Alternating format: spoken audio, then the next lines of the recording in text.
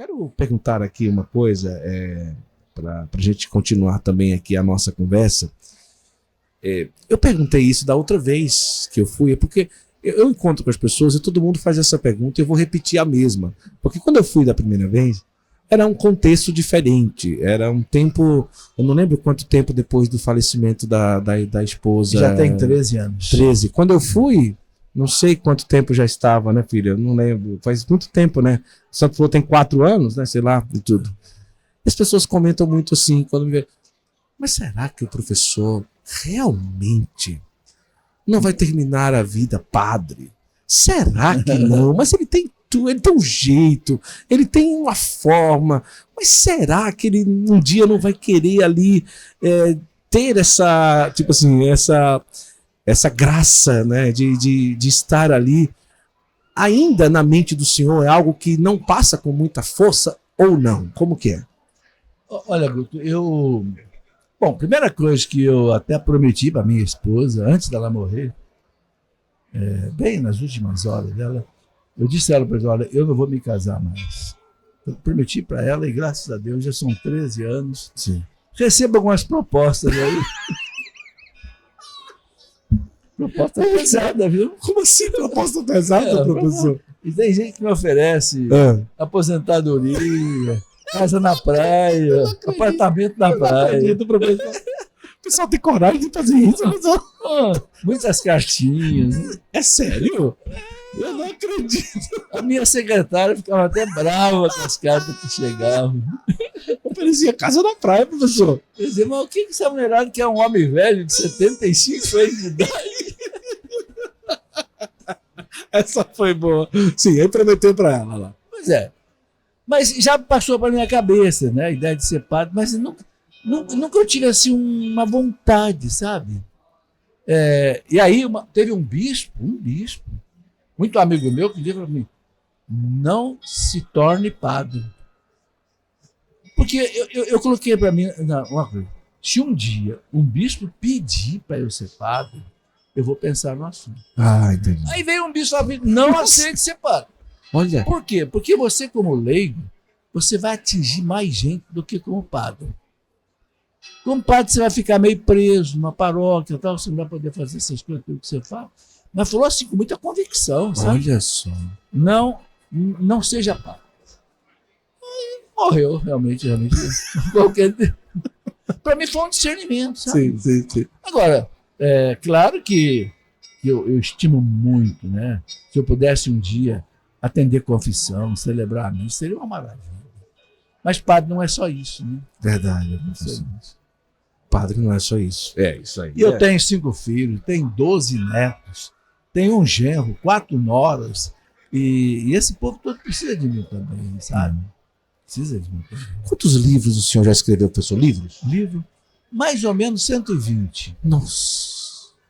Nos tempos que nós estamos vivendo, o que é que o senhor tem preparado e o que não tem preparado e que é um desejo do professor para dar uma resposta ao tempo atual que vive a igreja, o povo de Deus, em relação à temática de livros? Se está preparando algo ou se não está preparando, mas teria o desejo de escrever sobre?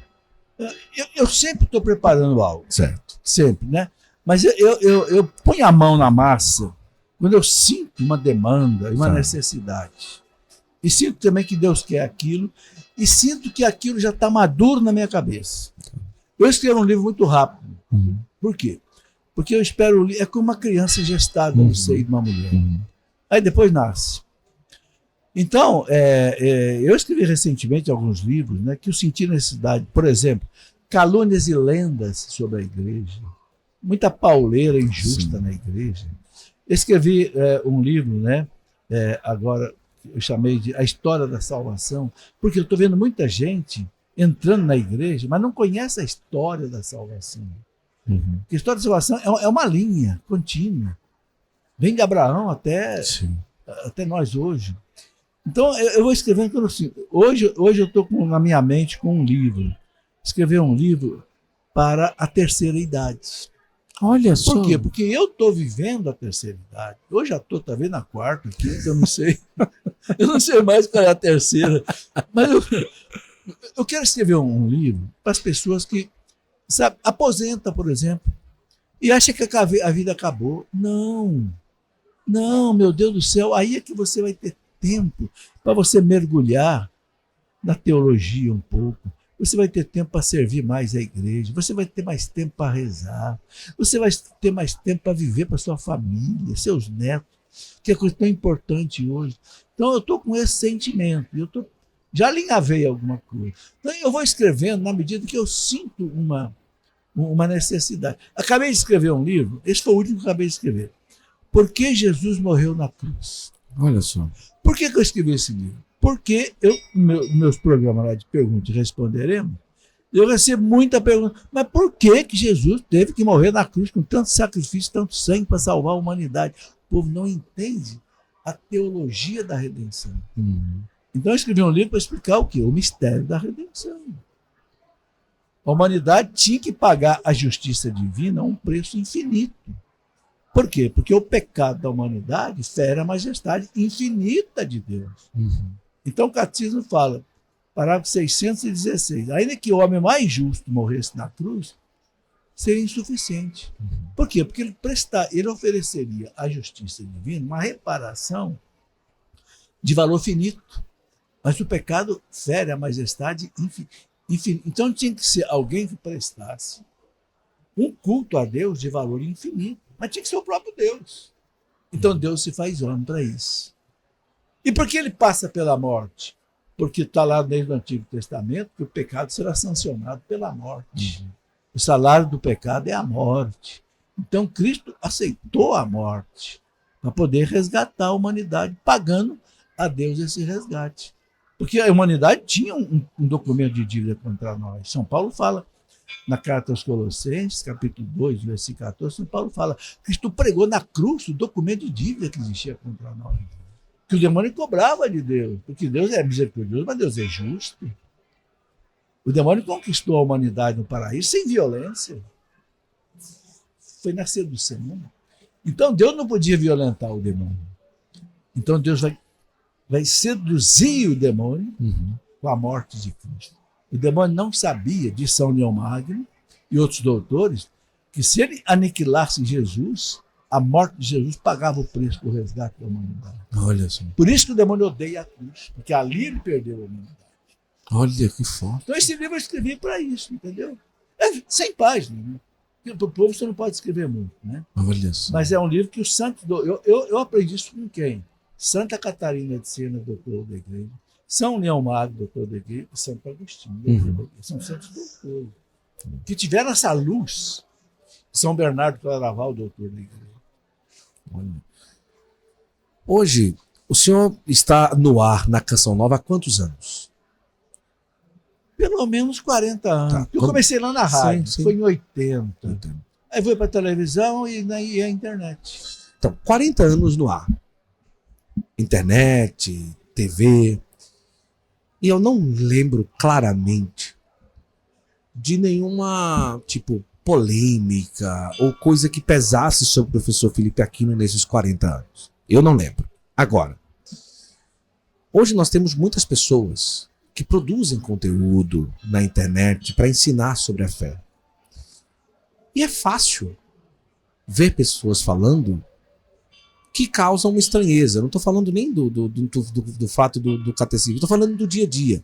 Pessoas que ensinam, que às vezes soa com um pouco mais de achismo do que de vida de igreja. Para o professor Felipe Aquino, qual que foi o caminho de, nesses 40 anos, se manter no ar com uma credibilidade, com uma clareza e com uma proximidade de comunhão com a igreja, né, e tudo? E o que o senhor diria para aqueles que produzem conteúdo para não cair numa situação de quando menos esperar, de erro. Né? De rapidinho ali, quando menos espera, cair no erro ou ensinar de alguma forma aquilo que não é a realidade da igreja?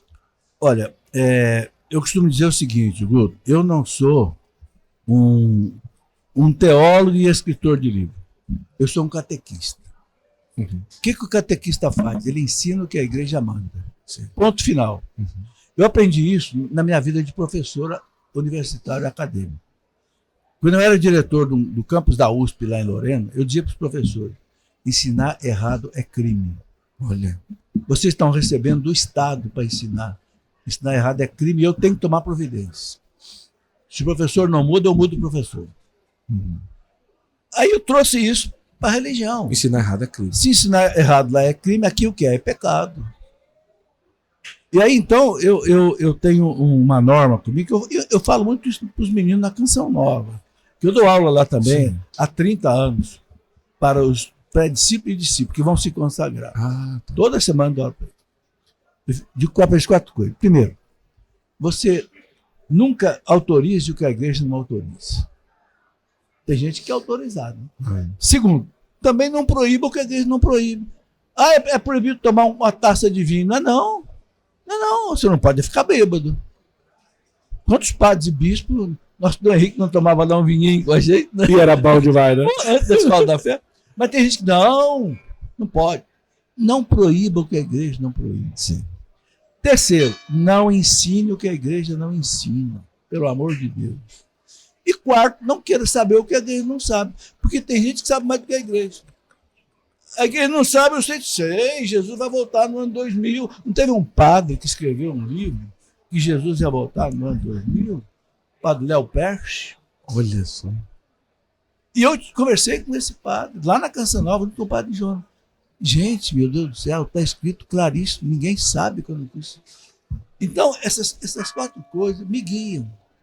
Entende? Então, é o seguinte, aí nós temos que tomar muito cuidado com o nosso orgulho. Sim.